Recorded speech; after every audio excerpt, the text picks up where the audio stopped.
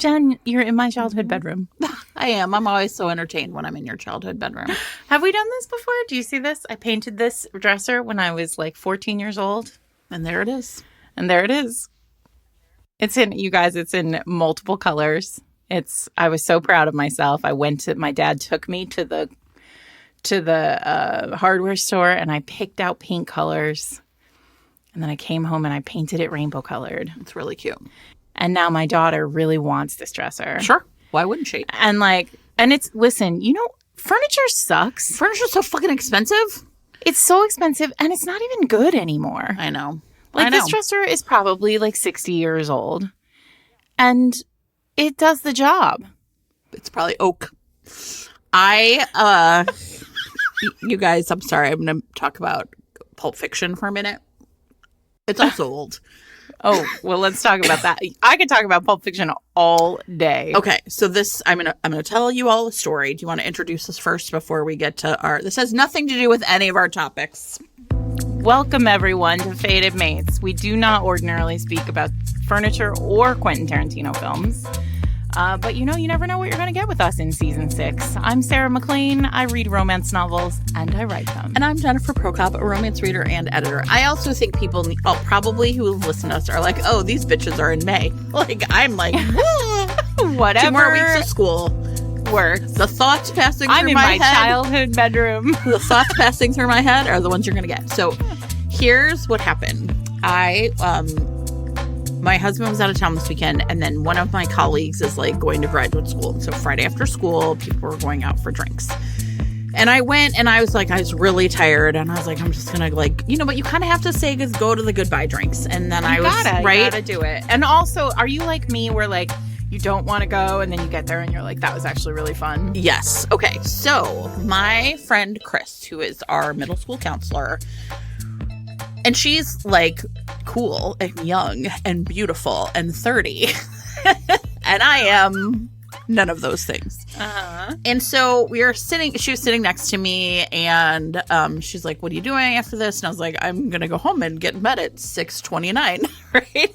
So I was like, what about you? And so it turns out that, and this is apparently in several cities in the United States. There's this outdoor cinema on a rooftop downtown in Fulton Market, which is like a real hip neighborhood. And I can't remember the name of it right now. Too cool for you. Totally too cool for me. And it's like outdoors. It's like this essentially is where young people go to like have a date before they go home and fuck, Jen. Yeah, this exactly. Is not for people like you and me. No, but listen, Sarah, I've decided we're wrong because it was an amazing. So she was like with some friends of mine, we're going.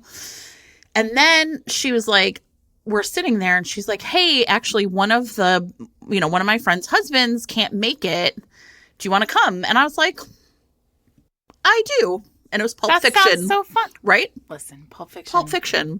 And the way this place works is, so you get there, it's on the top of this, this place is way too cool for me. Like, the William Vale, just drop it into Fulton Market. Sure. It's like this definitely West Loop neighborhood. Exactly. And you get up there, and the thing that's really funny, though, is it's like, she was like, it's kind of like... She's like, how they used to have like drive-ins? And I was like, yes, I fucking know what a drive-in is. So anyway. Have you ever heard of these things? Yeah. I was like, drive-ins? Chris, I'm sorry. I'm so old. Why do you hang out with me? And she thinks you're cool. And you are. And so we're sitting, and then you get headphones. Like you don't watch, it's not like a cinema sound. Everyone has headphones, which is kind of makes sense. Are they like Bluetooth? Yeah, everyone gets Bluetooth headphones, right? So you're sitting there watching Pulp Fiction, but like with your own headphones on. And I have not seen, and she was like, I've never seen this movie before. And I was like, oh my God, what a joy to watch Pulp Fiction with somebody who's never seen it before. Yeah. So anyway, we get there and it's like really fun. Okay, so here's the thing, Sarah, you say it's not for us, but they have like kind of late evening. Well, who could it possibly be for with Pulp Fiction? It's all the movies are from like the 80s and 90s. Amazing. It's for I want to come to Chicago. There's one in New York. Anyway, so there is like Speed is playing. Hello. Mean Girls. Like The Mummy. The Mummy, right? That's what I sent you. Purple Rain, which I have never seen, and is Mr. Oh my Reed's God. romance favorite fucking movie from when he My was God, that age. You gotta take him as a surprise. Yeah, I'm gonna Don't take tell him. I'm gonna take him to Purple Rain. So anyway, we're sitting there, like they have like trivia beforehand. At every seat they had a box of candy, cigarettes. Oh my They had God. like a little, Of course, because Pulp Fiction. sure, a little costume contest at the beginning. Nobody likes a cigarette in a movie like Quentin Tarantino. All the smoking everywhere, know. inside of places. It was just crazy. And all of the cell phones, of course, were like bricks with like, you know, open and Gigantic. pull up an An antenna. Did she like it? I mean, so afterwards I drove her back to her place, which was out of my way. And she's like, it's out of your way. And I was like, yeah, but we need to talk. Okay. Also, I texted her. We were kind of texting each other because you can't really talk because you have headphones can't on. talk. But you can't have your phone out. I was like, oh, okay. Anyway, right when Butch is about, I was like, would you like a content warning about a scene that is about to happen? And she was like, uh-huh. So I was like, okay, so there's really no other way to say it than, you know, these two are about to essentially get kidnapped and, you know. Yeah. And so anyway, she looked at me, we got in the car afterwards, and she's like, the movie's like a fever dream. Like she was, and the whole thing, she's like, I just feel like that rewired my brain. And I was like, Chris, I'm going to tell you something. Imagine being 16. Yeah. And I was like, also, no one had ever seen anything like that before. Like I was trying to explain to her, like, I went to see that movie and was like, what just happened to my fucking head? And I'll tell you what, I haven't watched the whole thing, like, especially in like that setting, like a theater setting, in decades. It was still great. Well, now I have to tell you my Pulp Fiction story. I have to. Okay. And I'm not sure. I think I probably did tell you this, but okay. So Pulp Fiction is my favorite movie. And it is my favorite movie because when I was 16 years old and I thought I wanted to be a film director, my best friend in the world, Matt Lavoie, worked at the local movie theater. And I would like go over, and I had a car and I was 16 and free. And I would go to the movie theater on Friday nights and I would watch movies while Matt worked. And then we would go out after. And I watched that movie and I loved it so much because I think like that's a movie where you get to the end and you either love it or you loathe it. Like there's no middle way on Pulp Fiction. And I loved it so much that I watched it 16 times in the movie theater that summer or whenever it was out. I was obsessed with it. Matt ended up like getting the movie poster from the movie theater and like it was on my wall forever until I cleaned out this childhood bedroom. And I was obsessed with it. I then became obsessed with Quentin Tarantino. Like I was convinced I did that thing that teenage girls do when they like imprint on a person and they're like, that's going to be my person. Like I was obsessed with Quentin Tarantino, which now Eric thinks is very upsetting because he's like, you ended up with me and you were obsessed with this like very odd man. Anyway, whatever. There are a lot of problems with Quentin Tarantino. He is my big problematic fave, whatever. But here's where this nets out. So 2 years ago, a year and a half ago, I was in Los Angeles with Erin Leaf, who is the host of Learning the Tropes.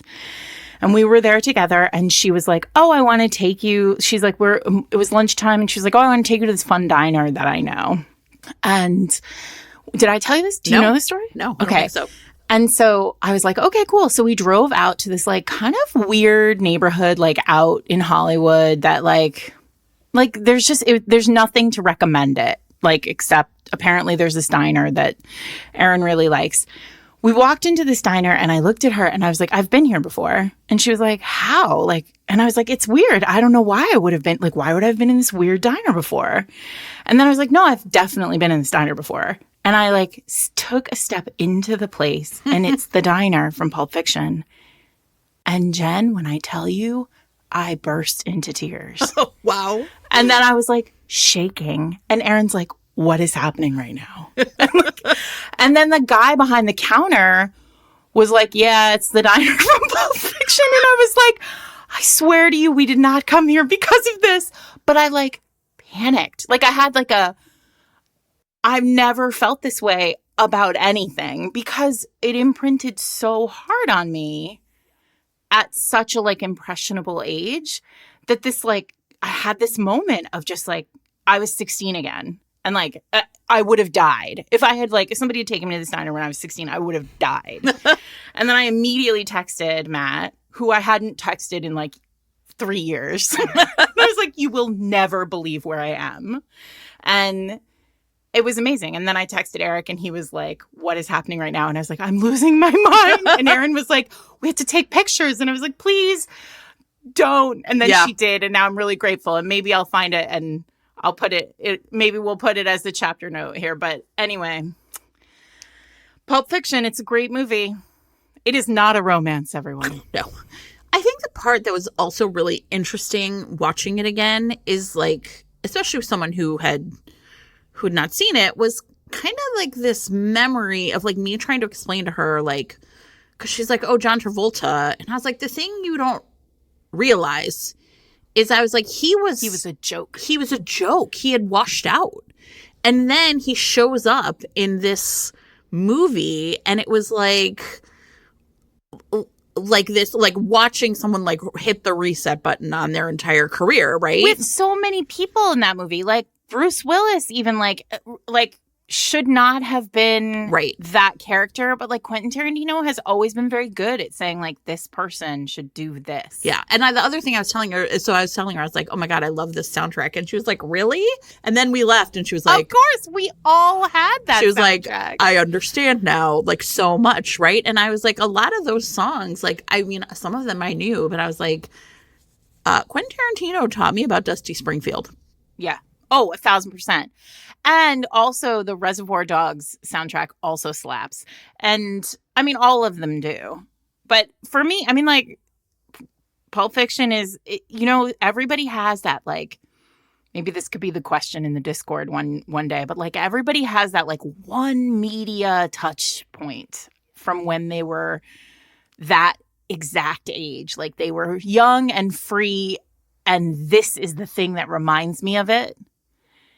And like sometimes it's like it's a movie or it's a song. Like it's just something where like, and it just evokes that perfect moment where like, you know, when your body is like, if you get into one of those like bendy beds and like it's tilted in just the perfect way that you're like basically in zero gravity, like in the bed, it's like that feeling of like zero gravity in life where like you have no worry at all. This discussion, everyone thinks I am out of my mind for like the reason I get so upset about like when pop culture references are wrong. And it's because of this. Because nothing hits like the thing that was that thing. The Breakfast Club is only the Breakfast Club for one particular generation of people. Or not even generation, like a tiny sliver of people. Yeah, and to pretend that like you can watch things from a different era and love them, of course, but it isn't yours the same way. Not everyone cries in the diner. And you know what? I think what I've decided, honestly, is people who don't understand that never experienced it. Like, there's just no other way for me to there's no other way for me to make sense of people who don't get what I'm trying to say. Like, some things you just are like transported back to who you were. Mm-hmm. And pop culture is like a super highway to that feeling in a way very few other things are. And did you see this week and of course I didn't see it on TikTok, I saw it on Twitter and then actually kind of went to go look for it. There was this TikTok kind of thing going around where people, Little Romance's age, show their parents, my age, this one song from the 80s and say, dance like you did in the 80s. And I have not seen okay, I'm going to send this to you. And the thing that is amazing is every single one of these people like stops and hears it. Dances the same exact No, it's not that, Sarah. It's like you can see this look on their face and they plug right fucking into who they were back then. Yeah. Yes. And it is so powerful. And it's and I'm sorry, like, that is something I have really strong, like super strong like memories of things that like impacted me that way. And I just kind of sometimes I'm like, okay, I guess that's sad for you that you don't have that. But, you know, I don't know. But yeah, it's amazing. Like, and there's one, it was a tweet somebody where they put like 4 of them in a row. And like every single one of these people, like it's the exact same thing. Like, that, like, joy moment. Yes. Like that moment of like, and then they all fucking dance like they're great dancers, right? Yeah. But it just is. It was awesome. So anyway, it was really cool to see it with somebody. And then it was funny because we were texting like later that night and I was like, that movie wouldn't exist now. No way. No, there's so much about it that's like so deeply wrong. Oh, yeah. Well, and I was also trying to tell her, I was like, I was so young and innocent. Like, there were things where I was like, oh. Yeah. 16 years old. Right. I had no idea. I was like, and no one had any idea. There was no my internet, knowledge right? ended at like Julie Garwood. And then I was like, whoa, over here in this pool, there's something very different. Exactly. I mean, we were talking about the difference between the monologues and the dialogue in that movie, right? Like, and the dialogue is so great. Mm-hmm. But how many of the things that are like hardwired into my brain come from Pulp Fiction? And some of them I had sort of forgotten. And that's the other thing. She was asking about the briefcase that opens and glows. Oh, yeah. Because that's in so much. Well, and that's what she said. And I was telling her, I was like, you know, on the podcast once, when we read Gentle Rogue, we were like, we've seen this so many other places, but this was the first one. This is the beginning. This is the beginning. And she's like, yeah, I've seen the derivations, but there is the... Anyway, it was a great experience. And yeah, it was super fun. So... Oh, I'm so jealous. Yeah, it was awesome. I'm so glad that happened to you. I want to do that. Yeah. That makes me want to like rent a movie theater and invite people who've never seen it. Well, that's the other thing. This place does like rent out, like you can rent the whole place. Wow, and that must cost a fortune outside on a rooftop. And I was like, nice. This seems like it would be very fun to do for people. How much does that cost? I know, right? Amazing. Yeah, it was great. It was a great night. So go see your favorite old movie in a theater if you can, everybody. And tell us. You guys, tell us, get on Instagram and Twitter and the Discord and tell us what the thing is that like brings you back to that one perfect moment before you realize there was a big wide world out there ready to beat you down. The other media touch point that does that for me is Blues Traveler, that album, that Hook album. Yeah. Which, like, I had probably that same summer in that little blue Hyundai that I owned. Yeah. That was running into the ground. Right. That's so funny. But it didn't matter. No, not at all. Anyway, I also read a lot of romance novels that summer. Oh, yeah. I mean, I think there are quite a few romance novels who hit this way. Sure. And you can tell now when people read those books now, right? Like, you can see, like, new readers to the genre just don't resonate to those books the same way that we do. And they shouldn't. No, the books, of course not, right? They're different. You know, yeah. So anyway, we should get to an episode. Yeah, I guess. I mean, These fine. people are getting... I mean, if you really like hearing Jen and I just, like, talk about shit, you should join the Discord and listen to the banter episode every month. This week's episode of Fated Mates is sponsored by Sheris Michaels, author of The Prince's Bride. So I love that title. I love it too. So clever. So anyway, Lady Marianne, also everybody calls her Lady Ryan, was betrothed to an obscure French prince when she was just a baby. Years later, that prince entered exile and was never heard from again. And Lady Ryan is like, sweet, now I don't have to marry him, because how can you marry a missing person? The wedding, as far as she's concerned, is off. But now another French royal, and he's a little evil and kind of cruel, has inherited the princedom and claims that this old betrothal still stands, and she has to marry him because she wasn't betrothed to, a person, but rather to this title. So what is a lady to do except go out, locate the real prince, and take off these princely golden handcuffs she's supposed to be wearing. Perfect. So where does she find Prince Gabriel? She uses old letters as a guide and goes off to the forest, and she finds him. And Of course he's in the forest. Of course he is. He's literally been raised by wolves, Sarah. Yes. He goes by the name Gabriel Rain. He lives in the forest. Am I buying this book right now? 100%. Works as a horse trainer for wealthy clients. And, he's not a pauper, but he is certainly not a prince. But when highwaymen almost... and highwaymen? Listen, this book has everything. So he saves her from highwaymen. They figure out that they are like who they are to each other. And they're pretty attracted to each other. And his only thing is like, boy, I kind of like this lady, but I really don't want to go back to that whole life. But no way is he going to let her marry that awful man, though. Absolutely not. So I have a feeling that everyone will enjoy this next book in the Hidden Royal series by Sheris. You can get The Princess Bride in print, audio, or ebook wherever you get your books. And if your podcasting app supports it, you can click on the chapter title right now to be taken to purchase the book. Thanks to Sheris Michaels for sponsoring this week's episode. We're talking about weddings today. Yes, we are. It's almost June. Sure. June is wedding time. I never really understood that. It feels like, why is there 1 month that's particularly wedding-y? But it's interesting. Someone suggested this, I think, on Twitter. It was kind of like, you guys should do an episode about weddings. I was like, oh, that's a good idea. But then there was also a really interesting question that someone posted on Twitter.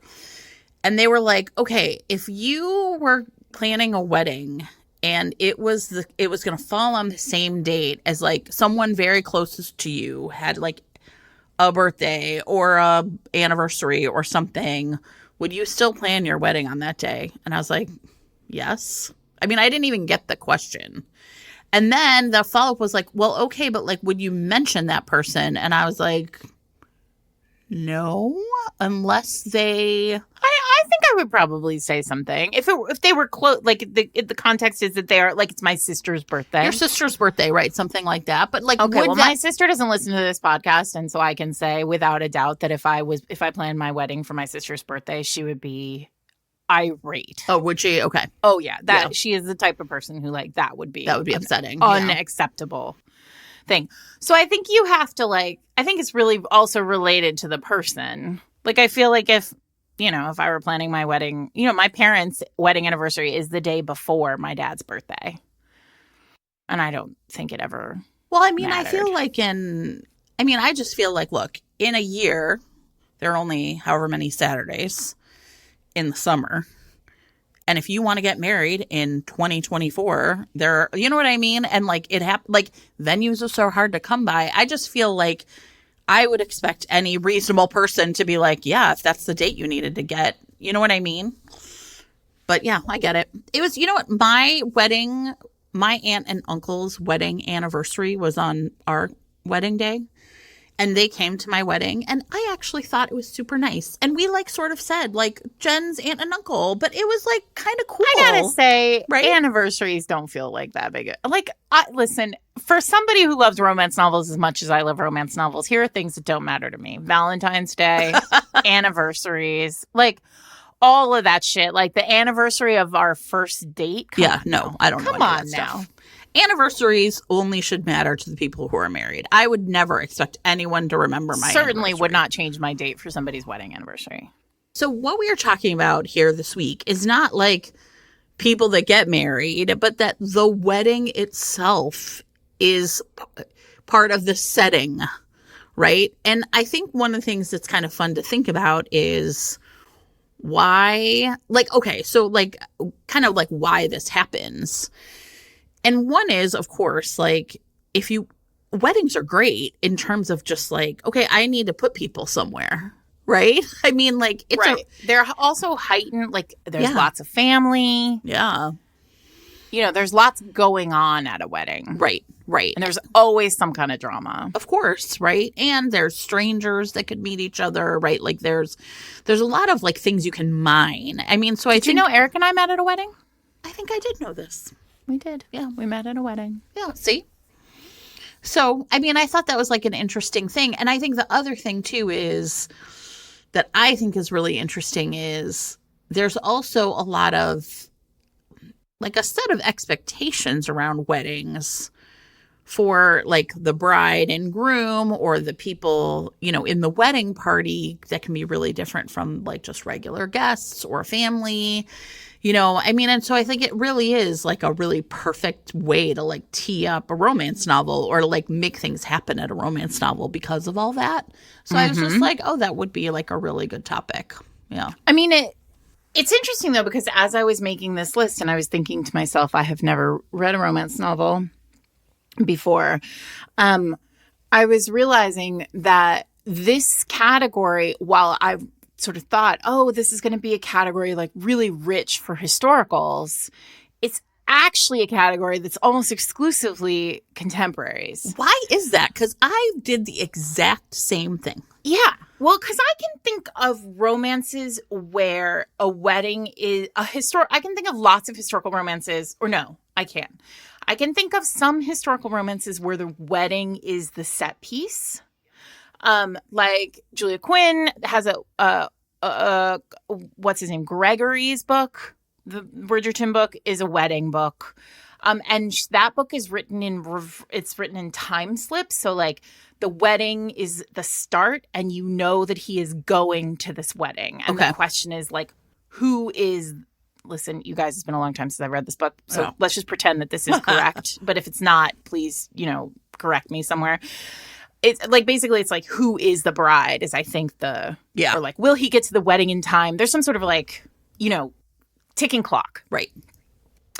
But for the most part, I think in historicals, weddings, like historical uses weddings to up the stakes, right? For historicals, weddings are like a blip in the story. Yes. If you think about like kind of like weddings in historicals where like the heroine is ruined, the hero ruins the heroine, right? Like that happens at the beginning and then the wedding happens and it's like fast forward through the wedding because now we're just going to get to like this marriage in trouble, right? Instantaneous marriage in trouble. Or like marriage of convenience, like it's important that they get married, but the actual act of the wedding isn't important, right? Like I've written a few books where there's a wedding kind of in the first act of the book and it's always like, you know, they woke up the priest in the middle of the night, like it happened and then that was the end of that, right? Because I think the actual act of the wedding isn't that valuable in historicals because a wedding in a historical romance largely isn't a big deal. Right. Like, it's not like now, like, right? You get the local vicar does it and then you have like a breakfast with your family and then boom, you're married. Right. Right? You just need to make sure the banns have been read. 3 times. Exactly. Or no, special license. Sure. Right? All those dukes from last week's episode. Yeah. They all know the Archbishop of Canterbury and can wake him up in the middle of the night. And that's, I think, the part. Well, and I think this is the other thing, at least like the way I approach this is the wedding in question is not the main characters. They're just guests or, right, like they're there. Exactly. Right? As opposed But that's not a thing. That's not really a thing. Although I didn't think of one example, which is in Chasing Cassandra. Starts with late Victorian. Yeah, starts with now. And here's, I think, why it works is so Cassandra has a twin sister, Pandora, and Pandora is the one getting married. Mm-hmm. And so what it is setting up is that Cassandra is really, truly kind of alone for the first time in any kind of way. And it actually has sort of a my best friend's wedding kind of setup where she tells West essentially like who's her cousin, but you know, it's like not weird because whatever. You know, like what if nobody ever wants to marry us? Can we marry each other? And Tom Severin, who is West's friend, is like immediately kind of falls for her and is like, I'll marry, you know, like I'm like, he's like super into her. And then that feeling like scares him. But the other really funny thing about this, and I had sort of forgotten until Kate said something about it, is in the kitchens, of course, like the other thing about a wedding is it's not happening off site. It's happening in your house. In your house. Well, the breakfast is, at least. Right. And so something goes wrong with the oven. But Tom Severin owns a railroad, but he started off as an engineer. And so he is like, the boiler goes out on the oven, or actually it explodes. And he's like, okay, that actually sounds like something fun. Maybe I'll go fix that boiler in the kitchen. Because he's super fucking bored. He's like, I should have never come to this. Weddings are boring. Why am I even here? And so him fixing the boiler, and Cassandra essentially like helps him.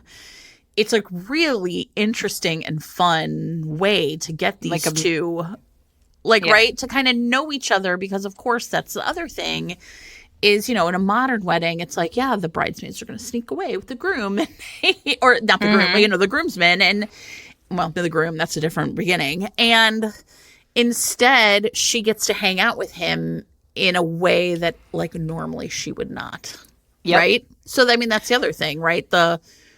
What you're doing in a modern day wedding, which is like close proximity, only one bed, all that bullshit, right? Yep. Doesn't really happen the same way. My favorite, and then of course there's the Scotland wedding. Oh yes, Gretna This Green. is my favorite. Listen, I'm such a sucker for this trope. I've written it. I'm obsessed with it. Over the line into the Gretna Green wedding, which is just terrific. Over the line, the blacksmith at Gretna Green, because the rules in Scotland, the best thing about historicals, everyone, is that the laws are all, you can find an obscure old law in some part of somewhere in the world that is absolutely going to deliver you exactly the piece of, logic that you need to complete this insane plot, right?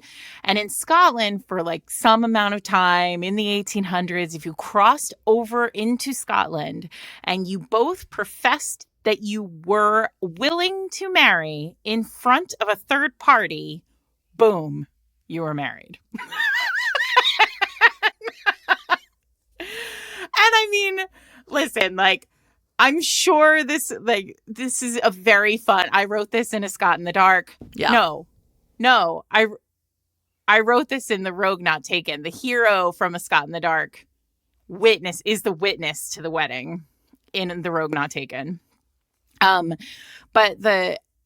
then of course Lisa Kleypas has the perfect Gretna Green wedding with Devlin Winter, sure, and Sebastian headed up to Gretna Green, because she asks him to kidnap her and take her away.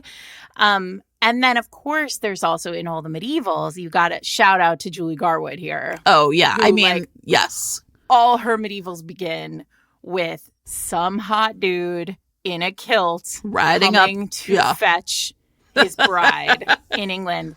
And I've talked about this before, and it hits so well for me still. My favorite prologue in a romance novel is Julie Garwood's The Gift, where the 14-year-old, the hero at 14 years old, is standing in a church and his bride comes running down the aisle, chased by her father, leaps into his arms and says, "Don't let him hit me." And he says, "I promise I won't." And then they're married, and she is 5 years old. And of course, immediately, they're handfasted, they're pledged to each other for business purposes or for, land purposes. And then she goes away and doesn't come back until she's in her 20s. And it's all fine. This is not gross in any way. But right. The kicker of that prologue where the line and his bride was 5 years old. So great. It's so great because he's also a child and he swears in that moment, no one will ever hurt her. Yeah. And sure enough, he sends her to a monastery, to a convent, and no one ever hurts her. Except for him. Well, I mean, that is his lot in life. Except for him. Because he never comes to get her, Jen. Right. Of course. I love that book. That's she's damn it, Sarah. Motherfucker, you never came to get me. Never came for me. I guess I had to come get you. And he's like, what happened? He's a pirate. It's amazing. It's great. That's a book that I imprinted on so hard. I've read it a million times. And I just really laughed. I think like old Julie Garwood, God, I would just really laugh at those books for sure. I mean, like, we talked about this, but like, Julie Garwood walked so that, contemporary rom-coms could run. Like, they are so funny. They're so sparkling. Julie Garwood's heroines are all basically heroines who would say, "Motherfucker, you never came to get me." And just like take what they want. Bless. We should all be inspired by Julie Garwood's heroines to just live our life. Yes. Amazing. Right. Okay. So that's what I have to say about historicals. I just think that the wedding is it's a different thing. The wedding is it's used differently in historicals. Yeah. Well, and I guess my other question was, is it the case that the guests are like family? So the whole idea of like a big wedding with like strangers meeting and all that stuff just kind of doesn't really happen, right? I feel like the house party functions as like what we would now. I also feel like I'm speaking specifically about UK set historicals. Yeah. Like if you think about like Joanna Shoup books, I'm trying to think. Well, I mean, isn't the Duke Gets Even? Isn't that set at a wedding?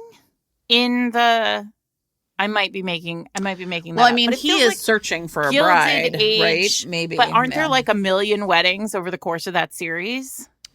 I can't remember. Each book, like I don't think they're. But point is, like Gilded Age could do a big fucking wedding. Like, you get like 400 servants, 1,000 guests in one of those houses. Like, I mean, you could do a huge wedding for money purposes.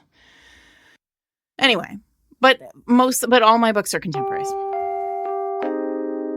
This week's episode of Fated Mates is brought to you by Pocket Bookshop, a Lancaster, Pennsylvania independent bookstore. We love Pocket Bookshop here at Fated Mates. They did our Fated Mates Best of the Year box last year. And if you are ever even close to the neighborhood of Lancaster, Pennsylvania, I cannot stress enough how amazing this store is.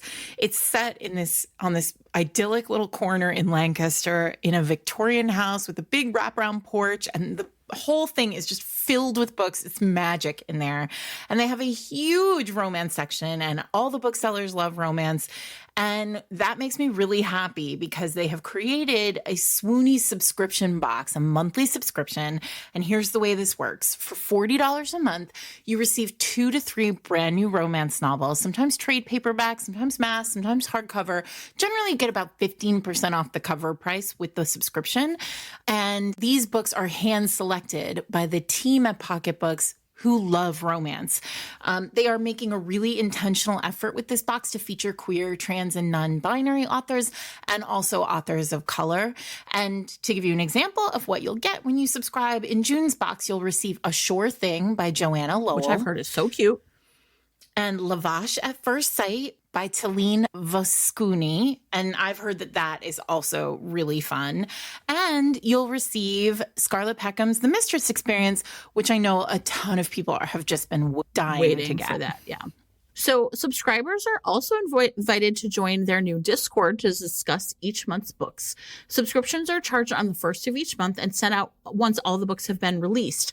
So they will also email everybody a few days in advance before they charge you to give a chance to cancel or skip that month if needed. So this is a great opportunity to read some great new romances, maybe ones that you wouldn't have picked out by yourself, but that have been picked out by booksellers who are passionate about romance and getting great books into the hands of readers.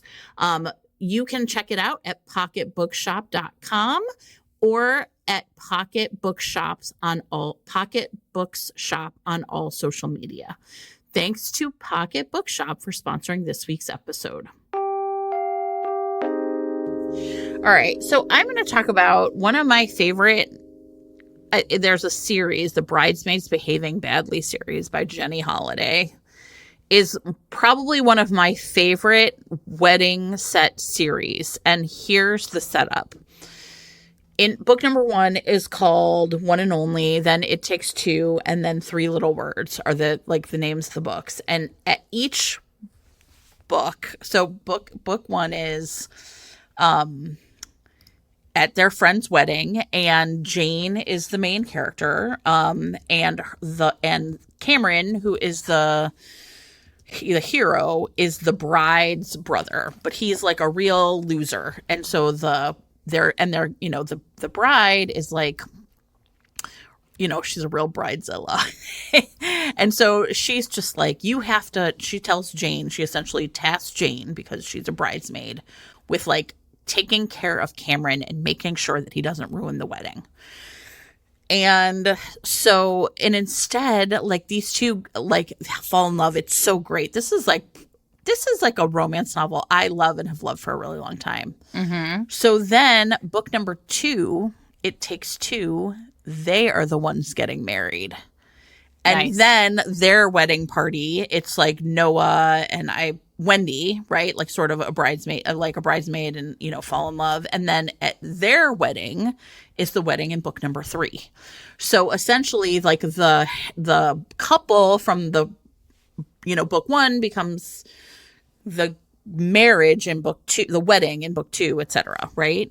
When I just remember thinking, like, that's so smart. How come, like, you know what I mean? Because it's very smart for, like, give the people what they want purposes, right? Mm-hmm. Because when you love main characters in a romance novel, all you want is, like, another, like, you don't want too much of them, but you just want another little...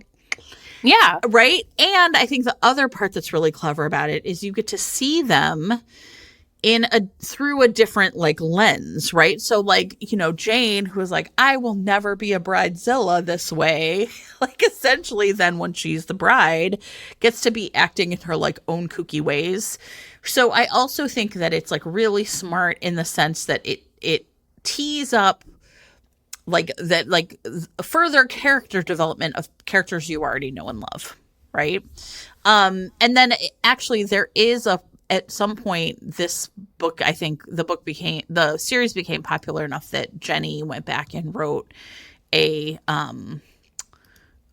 novella of like the first, like of Elise and Jay, who were the people getting married in book 1. So, you can actually get like how they met and then like they become the wedding. So this is, like I said, like a series I just think is really perfect for like not only showing the like anxiety and like the high stakes of modern weddings, of like the modern wedding industrial complex, for lack of a better word. Yeah. But also like the great lengths that people will go to in order to try and like make things happen or keep things, I don't know, like sort of massage things into a certain, kind of way. So for example, in 3 Little Words, which is the last book in the series, Gia and Bennett get stranded by bad weather, and Gia has the wedding dress because she's like a model and somehow she was in charge of like transporting the dress. So like they go on this like epic road trip to essentially get from like the airport they're in New York, I think, down to Florida. So I think like the other thing is it just is to me a really perfect series for like highlighting like wedding fever, right? I mean, I think that this is why, like we were talking about, the reason why it works so well in contemporary. So listen, weddings in contemporary in the world are so intense right now. Have you been seeing all these articles that are going around? Well, it was the about like all these like bachelorette parties, yes, like people who agree to be in weddings and then they're like $10,000 in debt. No, it's crazy because the travel, the dresses, the dress codes, the gifts, the like have to be there for however long. Like you have to go to where often weddings are now destination weddings. Like it's wedding fever is like has consumed us all. Yeah, right. Yeah. And I think that the reason why, often I think in the best of these wedding-related romances, there is something that has happened, like, because everybody at a wedding is vibrating at a certain kind of pitch. Yeah. Like, it's so natural that if the smallest thing goes wrong, it feels, the stakes are so high. Yeah. Right. And even if you don't care about weddings as a reader, like, it is very easy to understand why the stakes in any of these books would be immense, right? Especially when we're talking about, people who have a relationship with the bride or groom, right? Like, or the people getting married. Like, there's just this sort of sense of like, you want something, you want it to all work out. Right. For, they are motivated by their love for another person. That's a really compelling character trait. Yeah. Right. Like, we're sort of naturally predisposed as readers to like people who care about other people. And so all of these things really like work well. One of the things that... So wait, go ahead. Can I just add, like, one of the reasons I love One and Only the most is, so Cameron, it's his brother getting married.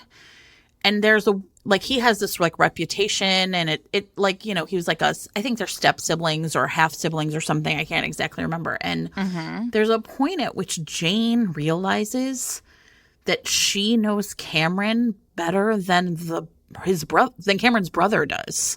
Yep. Right? That something about them being together, that she is the one who's like, they don't know him, who he is now. Like, he might have been a troublemaking teen or whatever it was that caused all of this anxiety in the family.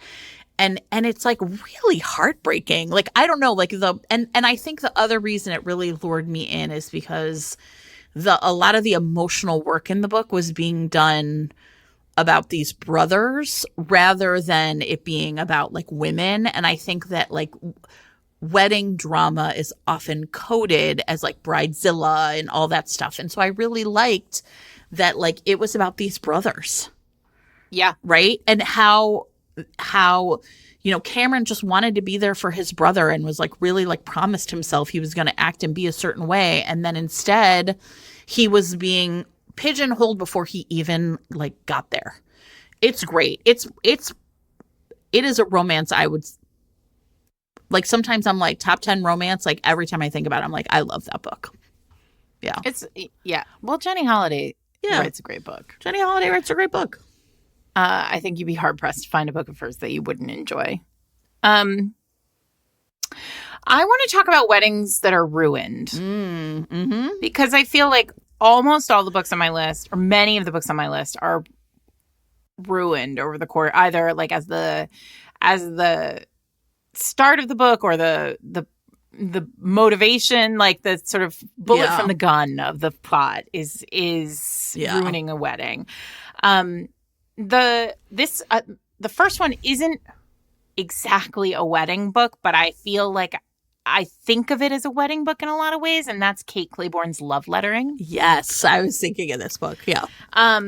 So the setup for this book is it's not a wedding book. Right. But the heroine is a calligrapher. She is one of the best calligraphers in all of New York City. She is somebody who like people go to have their like special days memorialized. She's been hired to put together the invitations for, the programs for a wedding. And they are these like really intricate, beautiful, like pen and ink, fine ink designs. And what she does over the course of like designing this particular item for this particular wedding is she leaves a message inside, and almost, of course, because it's Kate, it's so cleverly done. Like, it's almost without thinking. Like, she doesn't intentionally do it. But she leaves this message in the design of the program, and it basically says, and I can't remember exactly what it says, but it's like, this wedding won't, won't last. Right, essentially, right? Yeah. And it goes, the wedding happens, and a year later, the invitations go out or the programs go out, and a year later, the hero of the book returns to the shop with the invitation in hand, and he says, "How did you know?" Yeah. And she's like, I didn't. It's just like this happened. You know, there's this like little play of magical realism in this book that's like just so light touch that like it's almost not even there. But this like idea that the heroine is so able to like, she's so connected to people that she can like see their future in a lot of ways. Like, and I think, you know, Kate, we're on the record. We love Kate here at Fated Mates. Like, she's a friend. But I think that what's so special about love lettering is this like real sense of the important moments of our life not necessarily being the wedding, right? Like, it is not the wedding that makes the story. Right. And it's not, you know, this book also is very much about like friendship. The heroine is like really struggling with having lost a friend. Like and on top of it, the hero in that book, the hero and the heroine in that book spend so much time in New York City experiencing these really beautiful, quiet moments that are, of course, the moments that make love happen.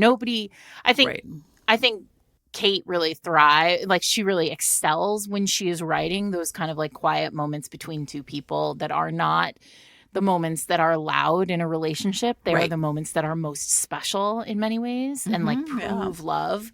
And I think that that's really what's happening. The reason why I think of love lettering as a wedding book is because the sort of quiet moments are so much more valuable than that one wedding. Yeah.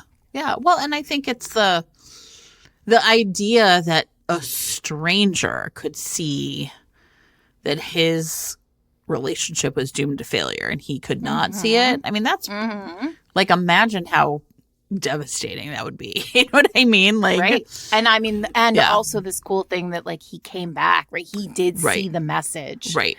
Like, they were able to communicate long before they were able to communicate. Right. I mean, it's... Yeah. It's great. Kate's great. So I had a like ruined wedding, kind of a it's two books by Tessa Bailey. One's called Getaway Girl and one is called Runaway Girl, I think. Is that right? I was like, you know, whatever, let me look. And that's right. Yeah. And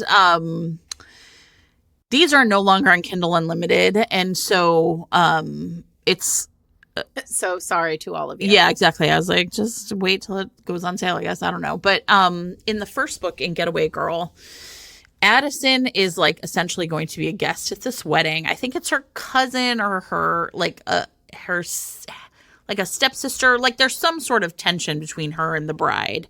And so she's essentially like kind of like pulling up to the wedding just as the groom is essentially has been left at the altar. and you know, he like, she's like, need a ride. He's kind of like, and he, one of my favorite kind of like buttoned up heroes is, and his name is Elijah. He reminds me a lot of Finn from Welcome to Temptation, and that like his destiny is to be the mayor of this town or whatever.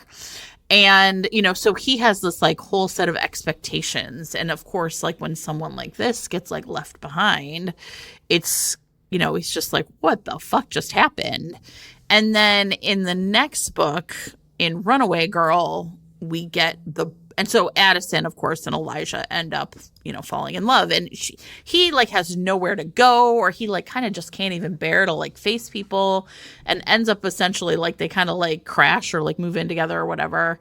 And then in the next book in the series, which is Runaway Girl, we get the story of the bride who like ran out and what happened to her. And so I also really liked that this was a book that like sort of, you know, that provides you with it provides you with like the story for both of them, right? So Naomi in book 2 essentially, you know, is literally like at her dream wedding. And she's like, this is boring, and I'm going to be a trophy wife to this man who's very nice, but I don't love him. And she just like takes off and ends up with, you know, some dude. I don't know. Nice. You know, like I said, literally like a dude. And so I thought it was like, again, I really like books that like play around with like weddings in this way. You know, showing us like two sides of a story, or like, here's the character you thought you knew, but here they are from the other side. And I think that like, that's probably why I like the Jenny Holiday series, but also this like getaway girl, runaway girl kind of duology. They're not the same characters, but they both start at like from the same pistol. This week's episode of Fated Mates is brought to you by Brittany Cherry, author of The Problem with Players. So our heroine, Avery, is a baseball coach, and she has always lived by this kind of simple mantra that she is going to swing for the fences and never, ever look back, because she has got to keep her focus on the game.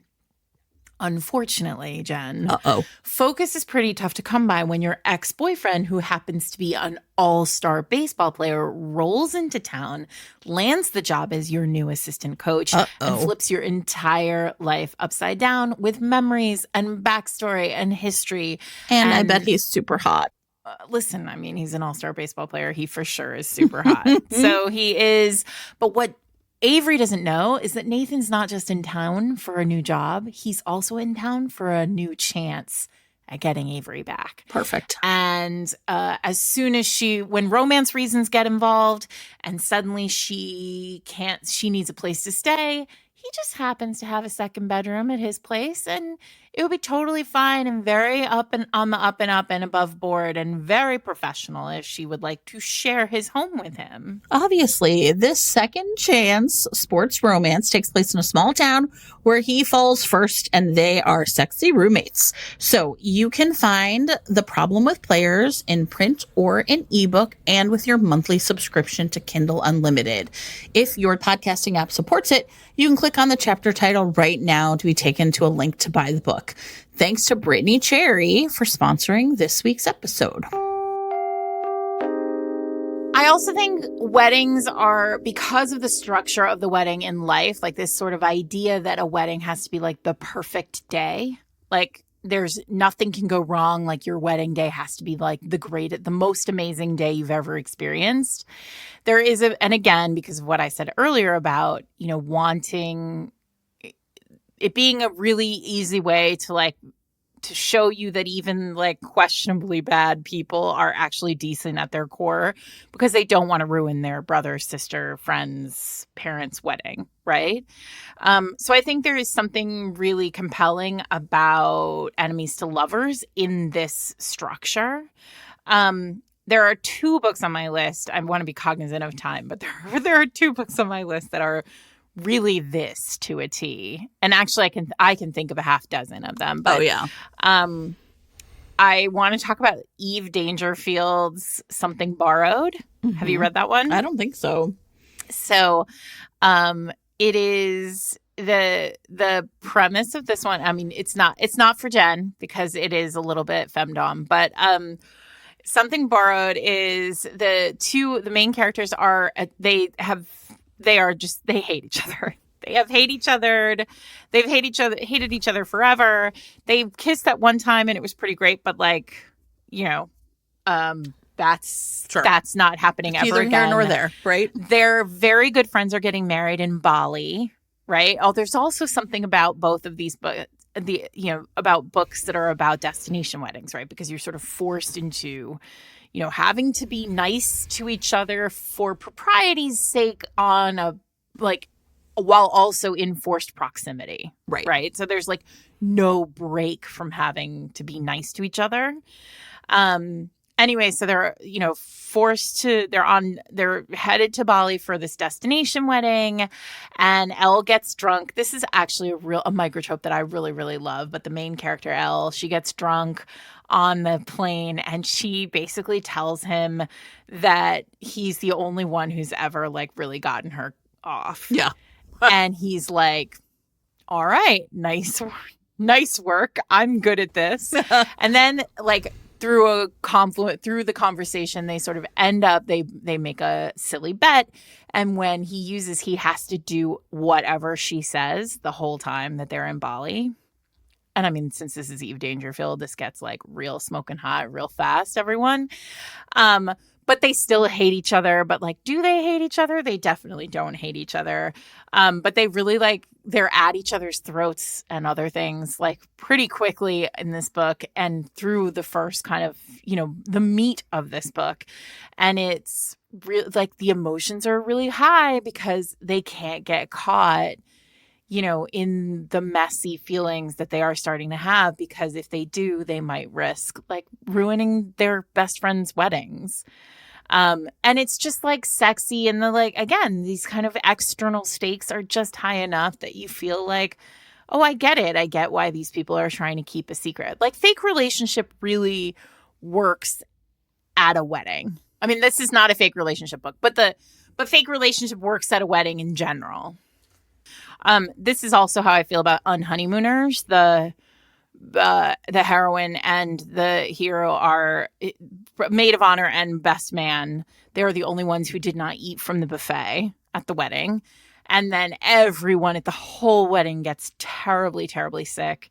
And the honeymoon is use it or lose it. And so the two of them end up there. And then her boss happens to be at the same resort that they are at. And she lies and says she is there with her new husband, and they have to fake being engaged, being married.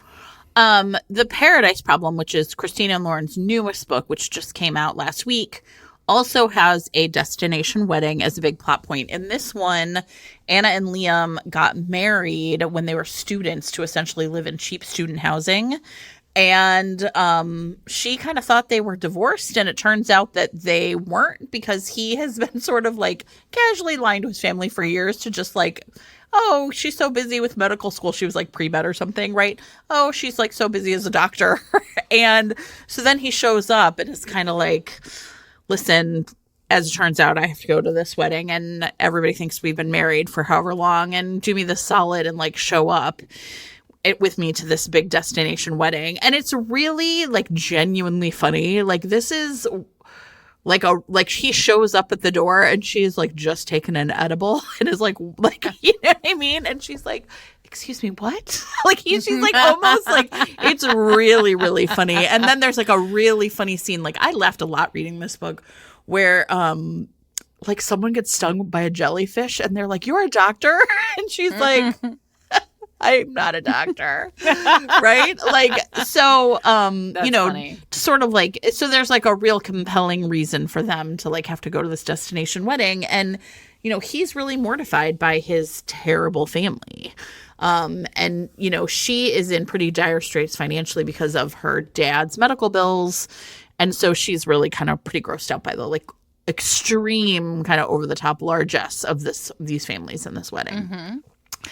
Weddings also create this kind of ticking clock. Yeah. Right? Like there is an end to whatever this is. And that's, again, why fake relationship lends itself so well to a wedding story. But because there is this sort of sense that like we have to get to the end of whatever of the wedding and then everything will go back to normal or everything will be okay again. Ashley Herring Blake's Delilah Green Doesn't Care, which I've talked about on the podcast before because I think it's terrific, does weddings really well with this ticking clock sense. Delilah has left this small town. This whole series is set in this small town in the Pacific Northwest. Everyone's queer. And Delilah left town a long time ago, kind of like estranged from her family. Like she has a really like distant relationship with them, but her and she is now a photographer, and she is brought back when her stepsister Astrid Parker Doesn't Fail, heroine, essentially says like, please come back, like guilts her into returning, right, to photograph this wedding, like, and basically says like we are a family, like whether you like it or not. So she comes back, and when she gets back, she realizes that one of Astrid's friends, who she's always felt was like stuck up and rude and like wasn't very nice to her and like kind of did some things that were like vaguely unforgivable. She meets this woman like who's now down on her luck, like had been married, like had this sort of like very perfect life, and then, you know, got a divorce, and now like is trying to figure out, she has a kid, she's trying to figure out like how to be in the world in this new way. And Delilah swears like she's only there for the wedding, right? Like she's going back to her life away from these people and the skeletons in in the closet and the things that haunt her about this place and these people and this family. But of course, it's not so easy, right? Like this is classic Hallmark shit. Like, you know, girl comes back to her hometown. It's a homecoming romance as well, but homecoming for a very specific reason. And I think also, like, if you are looking for a big found family, if you love a found family in romance, like, you really would be hard pressed to find somebody who does that better than Ashley Herring Blake. And like watching Delilah like have to come to terms with her past and what love means to her and what love might be with this new woman is really powerful. And, you know, it's a great example of how weddings provide a backdrop for like all kinds of love. Yeah. And drama. Yeah. I have one more, although I have other ones I kind of maybe want to name check at the end, but I really was like, I also really like books where, like shifters or aliens like interact with this like wacky human thing of a wedding. Tradition. Right? Yeah. Mm-hmm. Right. Because I also think that tends to be like, I don't know, like I just was really kind of like, wait, have I read like a shifter romance at a wedding?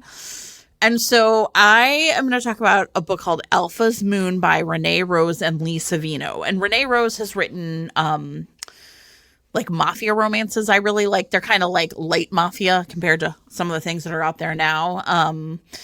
And like there's a whole series set at a casino that I really liked. And she and Lee Savino pair up a lot. But in this one, Deke is a werewolf. And he is, of course, like as all werewolves are, they're like, he's part of he was in the military and now they're in like security or something, whatever. And so he is like really on the edge all the time. Like, so the book actually opens with them, like there is like a hostage rescue situation and they're supposed to go in and rescue the hostage, but then they get called off. But his wolf just like is, you know, kind of constantly on the edge. And so everybody on his team is kind of like, buddy, like what's going on with you, you know? And he's like, I don't know. I'm trying. And so like, you know, he gets yelled at by his alpha and he's just like, I have to think of like, you know, puppies and babies and like, you know, like get my wolf to stand down.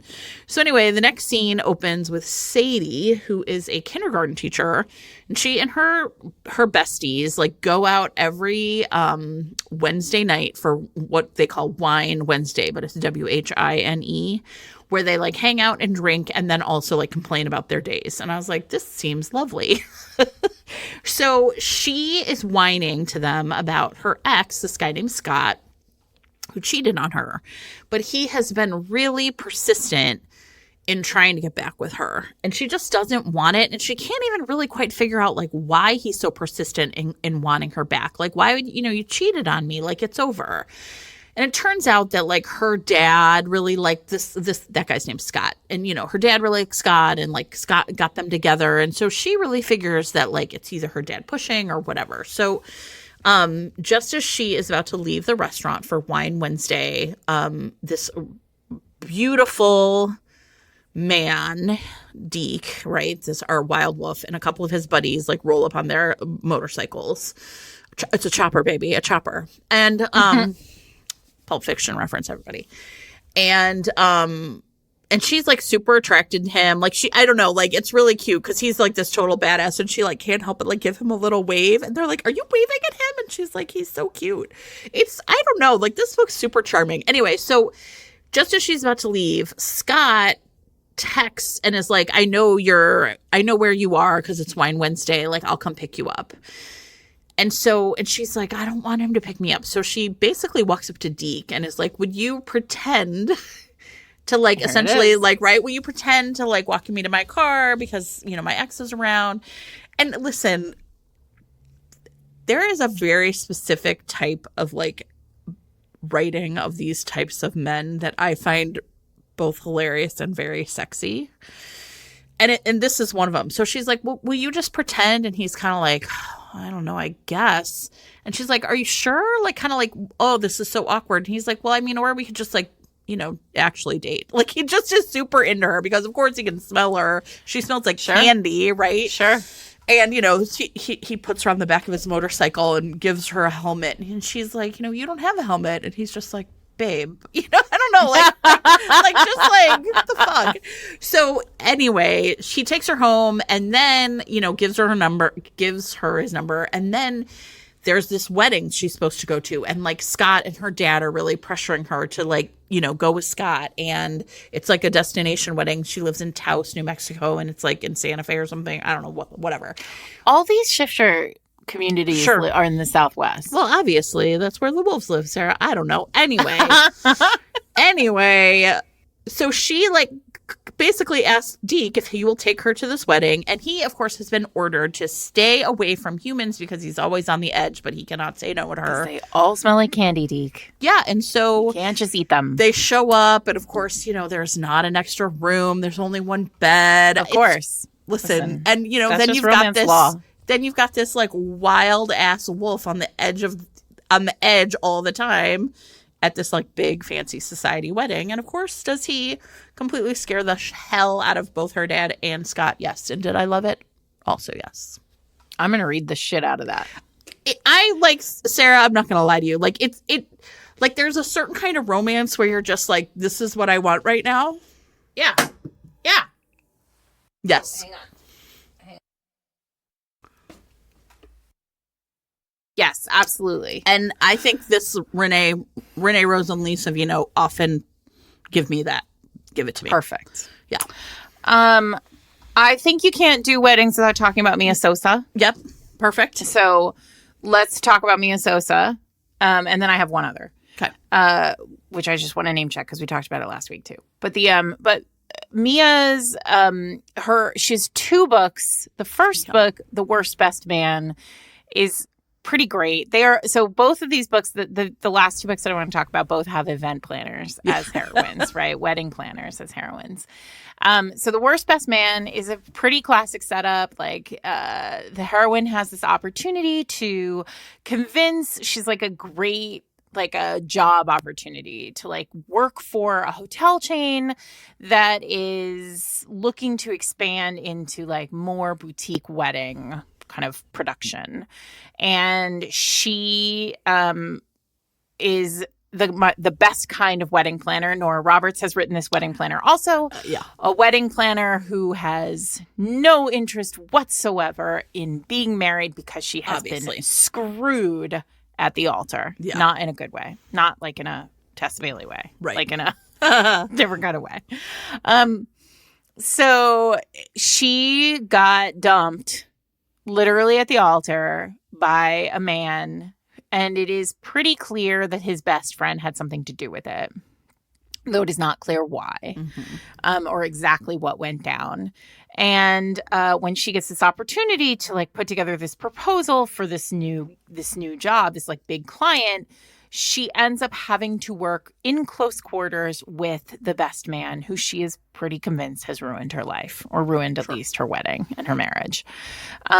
They are forced into, again, this kind of like paradise situation where they have to pretend like they like each other in order to succeed themselves in, business. And it's really rompy. It is one of the, Jen and I talk all the time about rom-com being such a weird framing for all of these contemporaries because most of them are not funny. Like there's nothing like rom-com-y about them. Right. They have funny moments, but they aren't designed as comedy. Mia writes funny. She comes from the Jenny Cruzy, Julie Garwood school of writing romance. And these books are funny. The second one in the series is called The Wedding Crashers. It's also a kind of an event planner, a wedding planner. And you really, if you haven't read Mia's The Worst Best Man, it's really worth it. It really is funny. It's a great, very fun book. Yeah. And I do just want to name check Nisha Sharma's Taste Like Shakkar, which we talked about Dating Dr. Dill last week. Yes. So I don't want to dig too deep into it.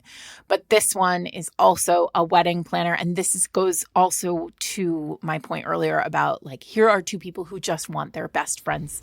They're the, best friends of the bride and the groom.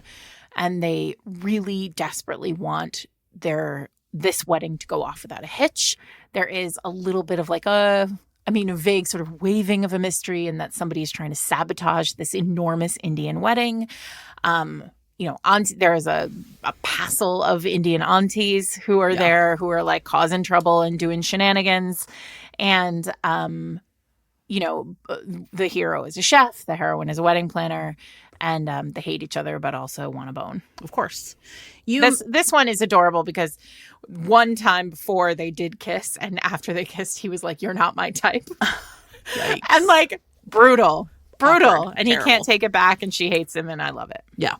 You mentioned Nora Roberts, and everybody, Nora's Bride Quartet from, I think, 2009, so we are talking a while ago, were really her last, like, true romances. I think she has, like, sort of evolved into a place where there's, like, always going to be a romance subplot, but, like, they are not, like, sort of classic romances where, like, that is, like, the big thing. And these books are great. It's four friends who go into essentially like the wedding business together, and one is a baker and one is the the events coordinator, and one's the florist or whatever. And these four books, kind of really like lock right in and are going to give you the full Nora Roberts experience. So, and the final heroine in that series is the one who doesn't believe in marriage. Right. So it's great. It is great. It is great. It's a classic. It's like, talk about like going out at the top of your game too. I mean, obviously she's still written a million books, but these were the last like kind of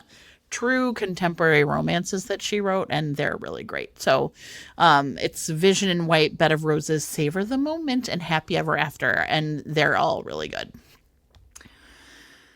That's it for today. That's it. If you are out there listening and you're getting married this summer, don't worry about it if something goes wrong at your wedding. Yeah. It's not the most important day of your life. No, there will be others. And it's going to be great either way. And that's my piece of advice about that. Yeah. Yeah. And we'll put in some of these, like we'll put in some of the big article, I think, of course, was from The Cut. Like they sure do find people to say, to whatever, just really air out whatever dirty laundry. Well, because it's New York City. Yeah. Everybody in New York City has a crazy wedding story. Yeah. Yeah. Of like that time they ended up $10,000 in debt because of some person's wedding that now they don't speak to. I am going to really age myself now, but if someone sent me a wedding invitation with directions for what to wear, I would graciously decline. I do find that shocking. Listen, it's just such a weird thing. Yeah. It's like, it's not a production. No. Except it is a production. I guess it is to them, but I'm like, Anyway, tell us your favorite weddings and romance. We definitely forgot some of them. So of course we did. Of course we did. I'm Sarah McLean. I am here with my friend Jen Prokop. We are Fated Mates. You can find us every Wednesday in your ear holes, wherever you get your podcasts. You can find us online and extensive show notes and references to every single book we talk about at fatedmates.net. Just click on show notes. It'll take you to the most recent episode. You can find us on Twitter at Fated Mates, on Instagram at Fated Mates Pod. Eric is out there on Blue Sky and Threads doing whatever it is Eric does. He's also on Twitter. He's enjoying you all there. And if you really like talking to us and you like listening to us and you wish you could listen to us more, you could join the Patreon where you get one extra episode every month. But most importantly, if you join the Patreon, you get access to the Discord where 1,000 other Fated Mates listeners literally are talking about romance novels all day long, every day. It's great. Thanks so much to our sponsors, and have a great week, everyone.